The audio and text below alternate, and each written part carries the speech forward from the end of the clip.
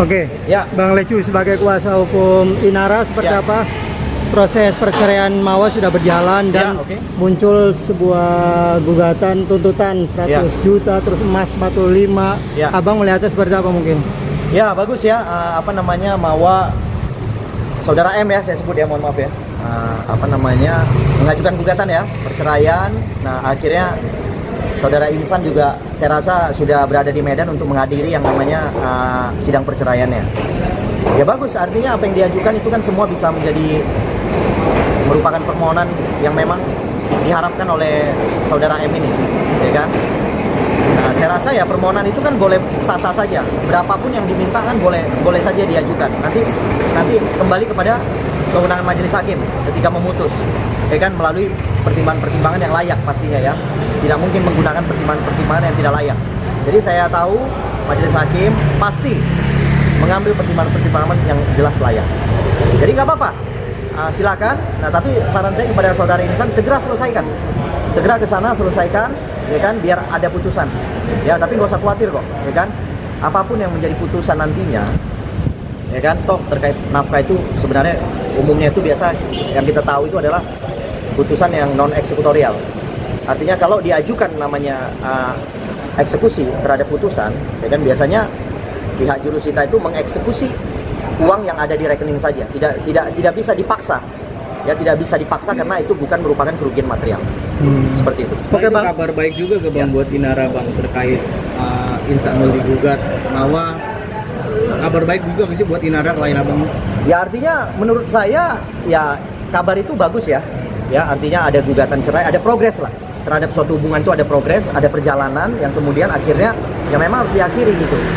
Nggak bisa dipertahankan dua-duanya gitu kan, harus ada salah satu yang diakhiri. Ya kan, dengan berakhirnya salah satu, ya artinya selanjutnya ya kita kembalikan kepada para pihak gitu ya. Ya kan, baik itu klien saya Inara Rusli maupun Insanul Fahmi. Jadi teman-teman ya kita kawal terus lah ya persidangan ini, kita kawal ya. Kita berharap pengadilan memberikan putusan yang benar-benar objektif, berimbang, dan putusan yang sangat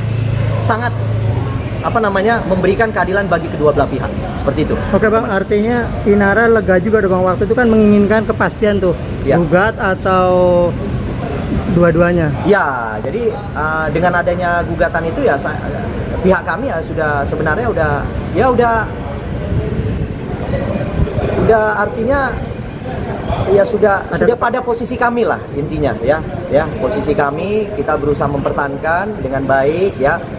Artinya Insan juga harus buka matanya lebar-lebar untuk supaya dia bisa menghadiri sidang ya kan, mengambil keputusan yang tepat lah. Seperti itu. Tapi dengan ada yang gugatan ini itu udah tepat. Salah satu memang harus diselesaikan. Oke, Abang mendorong Insan untuk tidak mempersulit jalannya sidang agar iya dong, biar cepat aja, biar cepat diselesaikan aja gitu. Terkait dengan materi perkara, saya nggak mau ikut masuk ya ke wilayah itu karena saya bukan kuasa hukumnya.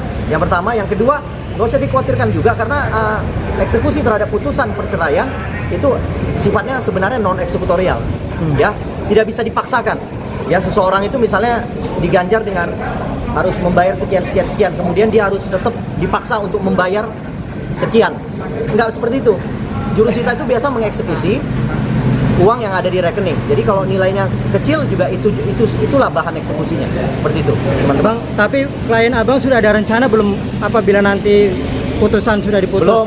Belum, masih jauh. Jangan kita terlalu cepet ya, menduga, masih jauh. Biar proses perceraian ini berjalan dulu. Ya, kita lihat seperti apa, ya kan? Kemudian putusannya seperti apa, kita masih melihat. Ya, kita wait and see lah artinya. Artinya belum ada rencana untuk mengesahkan pernikahan dengan saya klien? kembalikan kepada para pihak kalau itu. Saya kembalikan, saya belum boleh masuk ke wilayah itu karena saya dalam kapasitas membela. Bang, kemarin rumah Inara kan diperiksa itu, artinya kasus kembali bergulir nih Bang. Ya. Gimana Bang sebagai kuasa hukum Bang? Ya, terkesan kasus yang ada di Polda Metro Jaya ini dipaksakan. Ya, terkesan dipaksakan satu, kemudian terlalu mau dicepet-cepetin, ya kan? Tapi nggak usah khawatir, saya udah sampaikan beberapa kali ya di dalam wawancara saya, perkara itu perkara yang nggak bisa dilakukan penahanan. Karena kenapa? Ancaman hukumannya di bawah 1 tahun. Nah, sehingga apabila pun nantinya klien saya maupun saudara Insan menjadi tersangka, ya kan, bahwa perkara tersebut adalah perkara yang tidak bisa dilakukan penahanan. Apabila dipaksakan untuk dilakukan penahanan, berarti ada upaya-upaya yang memang digunakan oleh penyidik, ya kan, untuk tabrak aturan karena tidak sesuai dengan kewenangan. Seperti itu. Abang tadi mendampingi nggak ketika pihak kepolisian mendatangi? Enggak, saya karena ini bukan laporan kami, saya rasa nggak perlu. Kita memperkenankan kok itu, silakan aja gitu. Jadi kita nggak mau masuk ke wilayah itu dulu karena itu bukan laporan kami. Nah, nanti saya akan dampingin ketika yang laporan kami. Bang, kalau olah TKP itu kan berarti kan ada keseriusan dari pihak penyidik Bang ya? Iya. Kekhawatiran nggak Bang sebagai kuasa hukum Bang?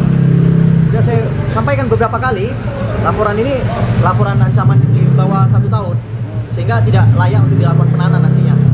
Jadi apapun yang dilakukan oleh tim penyidik ya kita silakan saja. Bang, abang bilang terkesan dipaksakan. Apa yang dipaksakan Bang? Apakah ada kejanggalan atau gimana? Sudah ada gugatan perdata, ya kan, sesuai Perma 1 tahun 56, gugatan perdata harus didahulukan. Apalagi gugatan perdata ini terkait dengan hubungan suami istri. Ya kan, apabila seseorang telah menggulirkan gugatan perceraian, berarti secara hukum sebenarnya ini sudah dalam posisi status quo. Sehingga apa? Sehingga harusnya proses pidana menunggu. Ya kan, proses perdata dulu jalan. Seperti itu. Bang, artinya Ya? ketika nanti Jadi itu yang saya anggap terkesan dipaksakan. Bang, artinya nanti ketika proses cerai diputus, Ya. secara otomatis apakah gugur proses dugaan perzinahan itu? Pasti gugur itu. Pasti gugur. Nggak ada masalah itu. Kenapa Bang? Alasannya apa dari segi hukum? Loh, ini sesuai Perma. Perma 1 tahun 56 mengatakan proses perdata didahulukan duluan daripada proses pidana. Itu Perma, bukan saya ngomong. Peraturan Mahkamah Agung itu nomor 1 tahun 56. Peraturan itu yang ngomong. Seperti itu. Jadi perkara perdata harus didahulukan ketimbang perkara pidananya. Seperti itu, teman-teman.